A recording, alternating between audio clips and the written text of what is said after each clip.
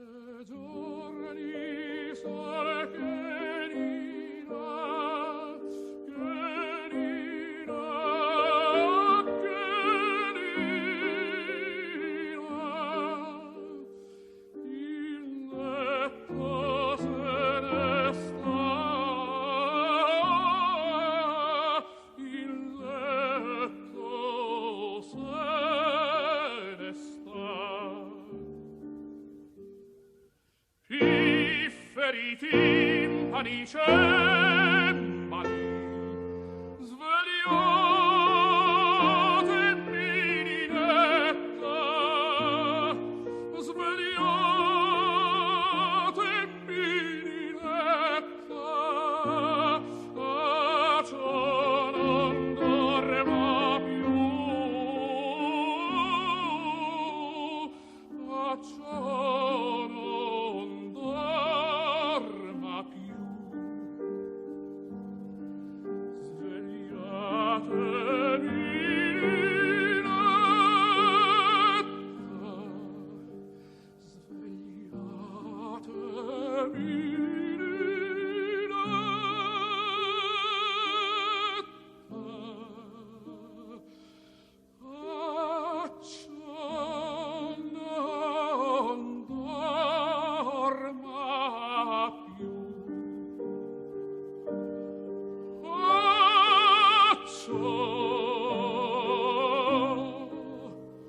non dorma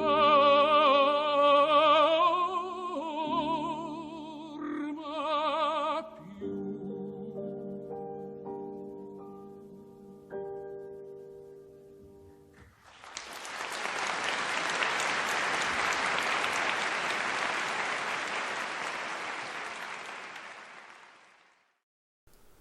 네, 이렇게 다섯 분의 그 노래로 그 유명한 베르골리에지의 니나의 죽음이라는 그 예술 가곡을 들어봤는데, 정말 이렇게 오랫동안 이렇게 거의 뭐 300년이 되는 그런 기간 동안에도 계속 살아남아서 또 최고의 그런 노래가 남아 있는 걸 보게 되면은 이 곡이 정말 아름다운 곡인 건 사실인 것 같아요. 그래서 여기서 그 한 가지 특이한 점은 뭡니까? 이 두 번째 부르는 가수인 주세페 안셀미라는 분은 상당히 그 뒷부분의 처리를 아주 그냥 높은 고음으로 이렇게 이제 내면서 독특한 분위기를 만들어내요. 그러니까 높이 내면서도 상당히 애절한 느낌을 주기 때문에 상당히 감동적인 어떤 그 이 피날레를 이렇게 만들어내는 것 같아요. 그리고 이제 여기서 루치아노 파바로티는 사실상 앞에 네 분은 거의 다 대부분 이 벨칸토 창법의 시대에도 살았고 벨칸토 창법을 구사하지만은 저번에도 말씀드렸듯이 루치아노 파바로티는 엄밀한 의미에서는 벨칸토 창법이라고 말하기는 어렵습니다. 왜냐하면 제가 이제 파리에 있을 때 그때 이 무슨 그 에펠탑 밑에 샹드마르스라는 거대한 그 공원이 있는데 그 공원에서 쓰리 테너라 가지고서 공연을 한 두 번 한 것을 이제 제가 들은 적이 있는데 텔레비로 직접 가보진 않았고, 근데 그때 이제 그 공연을 마치고 이제 파리 텔레비에서 나와서 이렇게 이제 대담을 나눈 적이 있었는데 자기 이제 그 벨칸토 창법에 대해서 설명을 하더라고요. 그러면서 그 벨칸토 창법에서 이태리어가 벨칸토 창법에 부르기에 상당히 좋은 언어고 프랑스어는 별로 좋지 않은 언어라고 이제 그렇게 말을 했어요. 아나운서가 그렇게 물어보니까 그것 때문에 그 프랑스 사람들이 이제 화가 나가지고서는 루치아노 파바로티 그때 굉장히 많이 욕을 했어요. 그 욕을 많이 먹었죠. 근데 욕을 먹었는지 본인은 욕을 먹었는지는 아는지 모르는지는 모르겠지만은 어쨌든 그 당시에 이제 불어가 이 노래를 부르는데 특히 이태리 노래들을 부르는 데서 적합하지 않은 언어라고 그래가지고서 이태리 사람들 상당히 이제 많이 화를 내고 그랬는데 사실은 맞는 말을 했죠. 파바로티가 우리가 지난 시간에 얘기를 나눈 것처럼 각 언어가 가지고 있는 어떤 그런 언어 생리학적인 특성 때문에 사실 이태리의 그런 가곡을 부르기엔 적합하지 않거든요. 불어가. 왜냐하면 아티큘레이션이 딱 되고 또 불어는 리에종 쭉쭉 의미 앞단어 뒷단어가 연결돼서 막 소리가 나는 리에종이라는 연음이 많기 때문에 이렇게 정확하게 분절해 가지고서 정확하게 이렇게 아름답게 부를 수 있는 그런 그 이태리 가곡과 이태리 아리아에는 적합하지 않은 언어가 볼 수 있겠습니다. 그래서 물론 귀에 남은 그대 음성이라는 것도 그렇게 비제가 아예 그런 프랑스 사람이 또 프랑스 언어에 맞게끔 그렇게 이제 작곡을 했기 때문에 그건 이제 불러야만 제대로 이제 맛이 나요. 그렇지만 이제 루치아노 파바로티 옳은 얘기를 하고서도 욕을 먹는 그런 것을 봤습니다. 제가 거기서. 어쨌든 루치아노 파바로티는 그럼에도 불구하고 자기가 이제 벨칸토 창법에 대한 뭐 얘기도 많이 나눴는데 벨칸토 이제 불어가 적합하지 않고 이태리어가 적합하다는 건 맞는 얘기인데 이분이 벨칸토 창법의 이거는 가수라고 볼 수는 없습니다. 현대적인 창법이라고 볼 수 있죠. 근데 앞에 그 번에 불렀던 세자레 발레티라는 분도 자기의 스승인 티토 스키파가 전형적인 이제 벨칸토 창법의 가수인데 이분도 반쯤 물려받은 것 같아요. 반쯤은 현대 창법이고, 그래서 세자레 발레티가 치젤 발레도 그렇기 때문에 100% 벨카노 창법의 가수라고 볼 수는 없습니다. 어쨌든 하여튼 오늘 이 니나의 죽음을 이제 들어봤는데 이 가사를 잘 보게 되면은 가사가 진짜 간단해요. 근데 제가 번역한 것을 가사에 원래 정확하게 번역한 그 내용이 아니에요. 직역이 아니에요. 이건 아주 의역입니다. 피페리, 팀발리, 챈발리라는 것은 악기 이름들이거든요. 피페리라는 것은 필이고, 팀발리는 북이고, 그 다음에 챈발리는 챈발로, 이 건반 악기죠. 그래서 그렇게 이제 번역을 해야 되는데, 제가 그냥 내 노래 듣고 깨어라 내 사랑하는 니나. 왜 이렇게 했는가 하면은, 이 가사가 옛날에, 이거 상당히 1900, 50년, 60년, 70년대까지 이렇게 요즘은 이제 어떻게 번역이 해서 부르는지는 모르겠지만 그 당시에는 60년, 70년대에는 아직까지 이렇게 불렀거든요, 이걸. 그래서 제가 이제 어렸을 때 태어나서 제일 먼저 배운 노래가 이 노래예요. 왜냐면 유치원 들어가기 전에 벌써 이 노래를 배웠어요. 그래서 왜 이렇게 배우게 됐는가, 우리 어머니가 이 노래를 좋아하셨는지 가끔 이제 바느질을 하거나 뭐 이렇게 할 때 이걸 노래를 혼자서 부르시는데 조그만 놈이 제가 이제 그걸 이제 따라서 이제 계속 부른 거예요. 그래서 이제 드볼작에 어머님이 가르쳐 준 노래가 있듯이 저도 이제 어머님이 가르쳐 준 노래인데 세상에 태어나서 제일 먼저 배운 노래, 이 노래가. 그래서 그때 이 가사를 잊을 수가 없어가지고서 피페리, 팀발리, 챈발리는 이 악기 이름 대신에 내 노래 듣고 깨어라 이렇게 번역을 한 겁니다. 자, 그러면 하여튼 어쨌든 오늘 이제 마지막으로 우리 서양 그 가창의 여러 가지 방식들에 대해서 좀 더 이제 알아보는 마지막 시간이었습니다. 자, 그럼 오늘은 여기서 마치도록 하겠습니다.